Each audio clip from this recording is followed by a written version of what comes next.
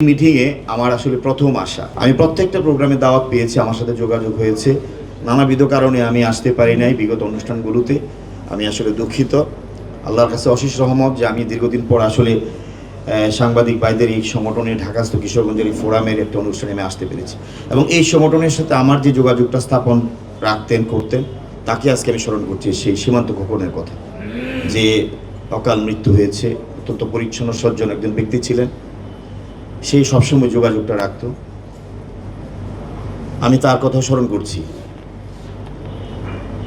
আজকে এমন একটি প্রোগ্রামে আমরা উপস্থিত হয়েছি, আমাদের ঢাকাস্থ কিশোরগঞ্জে যারা সাংবাদিক, প্রিন্ট মিডিয়া এবং ইলেকট্রনিক মিডিয়ার ভাইরা যারা কাজ করে থাকেন, তাদের এই সংগঠন।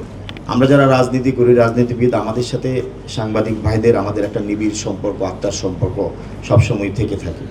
এই বাংলাদেশ সৃষ্টি এবং পরবর্তীতে প্রতিটা আন্দোলন সংগ্রামের প্রতিটা অর্জন, প্রতিটা ক্রান্তিকালে সব কিছুর মাঝে আমরা যারা রাজনীতিবিদ, আমরা যারা আপামর জনসাধারণ, আমরা বিভিন্ন জায়গায় যখন যার যার অবস্থান থেকে ভূমিকা রাখতাম, সাংবাদিক বন্ধুদের একটা উজ্জ্বল অবস্থান, মানে একেবারে প্রত্যক্ষ একটা ভূমিকা থাকে প্রত্যেকটা সংগ্রামে, প্রতিটা অর্জনে, প্রতিটা বিজয়ে, প্রতিটা ধাপে ধাপে। বিগত যে 17 বছরের একটা প্রেক্ষাপট গেছে, সেখানেও তাদের একটা ভালো ভূমিকা ছিল, ব্যাপক ভূমিকা ছিল। আগামী দিনেও দেশ বিনির্মাণে আমরা যারা আজকে ঐক্যবদ্ধভাবে দীর্ঘদিনের এই সংগ্রামে এই নতুন বাংলাদেশের স্বপ্ন আজকে দেখছি, ছাত্র জনতা সহ আজকে সকল রাজনৈতিক শক্তি, সকল শ্রেণী পেশার মানুষ ঐক্যবদ্ধভাবে আগামী দিনে যে এগিয়ে যাওয়ার যে স্বপ্ন, সেখানে আগামী দিনেও আমি মনে করি আমাদের এই কিশোরগঞ্জ সাংবাদিক সমিতির একটা উজ্জ্বল ভূমিকা থাকবে, ছিল এবং আগামী দিনেও থাকবে। কিশোরগঞ্জ বাংলাদেশের মানচিত্রে তথা বৃহত্তর ময়মনসিংহের মধ্যে একটি অন্যতম জেলা।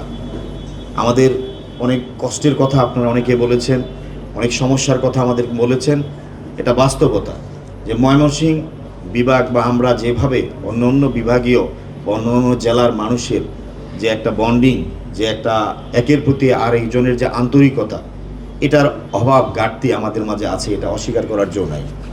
আমরা বলি, মঞ্চে কথা বলি, আমরা আশ্বাস দিই। বাস্তবতা হলো আমরা যখন দায়িত্বে যাই, সেখানে গিয়ে আমরা সেই জায়গাটাতে আর ঠিক থাকি না।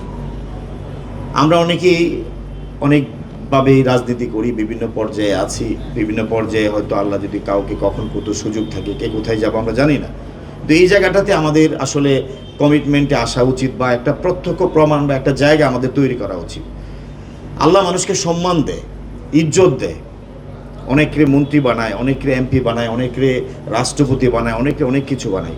আমি যদি কিশোরগঞ্জের প্রেক্ষাপটে একটু বিবেচনা করি, স্বাধীনতার পর থেকে কিশোরগঞ্জ যা পেয়েছে, যেভাবে সম্মানিত হয়েছে রাষ্ট্রীয় বিভিন্ন পদমর্যাদায় রাজনীতিবিদেরা, আমি অকপটে বলতে পারি, কে কীভাবে নেবেন জানি না, আমরা সেভাবে মানুষের যে দান আমাকে দিয়েছে, যে ইজ্জতটা দিয়েছে জনগণ, আমি সেটাকে যথাযথ মূল্যায়ন অতীতের তারা করে নাই, আমি সেটা বলব।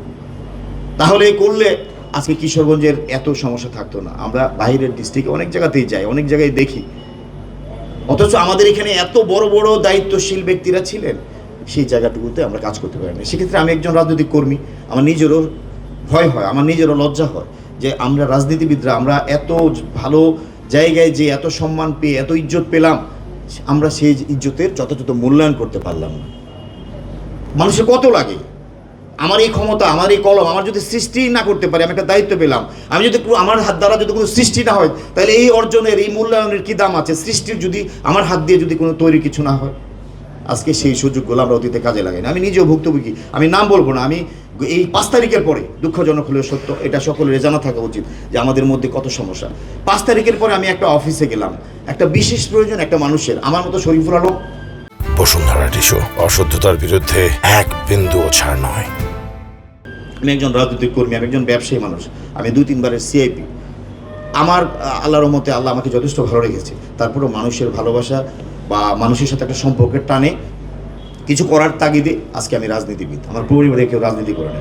আমি একটা অফিসে গিয়েছিলাম, আমার একজন পরিচিত ব্যক্তি আমাকে চায়ের দাওয়াত করেছেন এটি জাস্ট দেখা করার জন্য। তো যাওয়ার পরে ওইখানে ওই প্রতিষ্ঠানের সর্বোচ্চ একজন ব্যক্তি কিশোরগঞ্জের এখন দায়িত্বে। তো মনে করুন উনি আমাকে রিকোয়েস্ট করতেছে যে আপনার বাড়ি কিশোরগঞ্জ, উনি কিশোরগঞ্জের একজন বড় অফিসার, আপনি একটু চা দেখা করে যান, চা খেয়ে যান। আমি বললাম যে আমার সাথে তো আসলে অত পরিচয় না, যাবো কিনা। আরে পরিচয় লাগবে না, আপনাকে বললে আপনি দেখা করবেন, আপনি তো কোনো কিছুর জন্য যাবেন। আমি ঠিক আছে, সাহস নিয়ে ওনার কথায় আমি গেলাম। দুঃখজনক হলো সত্য, আমি গেলাম ওনার অফিসারকে বললাম, আমি কার্ডটা দিলাম যে আমার বাড়ি এই, আমি এই অমুক, আমি পরিচয়টা দিলাম, জাস্ট আমি সৌজন্য সাক্ষাৎ। আধা ঘন্টা বসার পর উনি লজ্জায় ভিতর থেকে বের হয়ে এসে আমাকে বলল যে আসলে দুঃখিত, উনি তো ব্যস্ত, আজকে দেখা করতে পারবেন না, আপনাকে বলছে অ্যাপয়েন্টমেন্ট নিয়ে আসতে, অ্যাপয়েন্টমেন্ট করে আসতে। তো জাস্ট চলে আসলাম, আমি নাম বললাম না। এই হলো আমাদের অবস্থা। তো সেক্ষেত্রে আমি আল্লাহর কাছে দোয়া করি, জানি না রাজনীতি করি, এমপি হতে পারি, কোনো যদি সুযোগ পাই, আমরা যেন এরকম না হই। এরকম হলে আসলে আমরা কখনোই ভালো জায়গায় যেতে পারবো, ভালো কিছু হতে ক্ষণস্থায়ী হবে।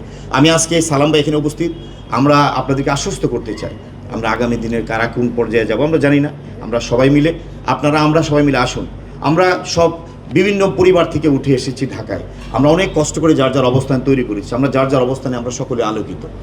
আমরা আসুন আমাদের শিকড়ের কথা মনে রাখি, আমরা সেই গভীর সেই গ্রামের কথা মনে রাখি, আমার সেই বাবা মা, আমার আত্মীয় স্বজন যাদের কবর সেই কুলিয়ারচর, সেই বাজিতপুর, সেই নিকলি, অষ্টগ্রাম, মিটামইন, আপনার ইটনা, আপনার হোসেনপুর, পাকুন্দিয়া, নিকলি, তারাইল, করিমগঞ্জ, কিশোরগঞ্জ সদর, এইরকম সমস্ত এলাকায় যেখান থেকে আমরা উঠে এসেছি, আমরা আমাদের সেই গরিব অনাথ সেই পরিবারগুলোর কথা মনে রাখি, আমার আত্মীয় স্বজনের কথা মনে রাখি, এবং আমাদের মূল টার্গেটই হোক মানুষের জন্য কিছু করা, মানুষের জন্য কিছু করে যায়, তাহলে হয়তোবা সেটা থাকবে একদিনের জন্য। সেক্ষেত্রে আমি মনে করি সাংবাদিক এই ফোরাম কিশোরগঞ্জ তো এটা আমাদের একটা বিশাল ভূমিকা রাখতে পারে, আমাদেরকে সজাগ থাকতে পারে।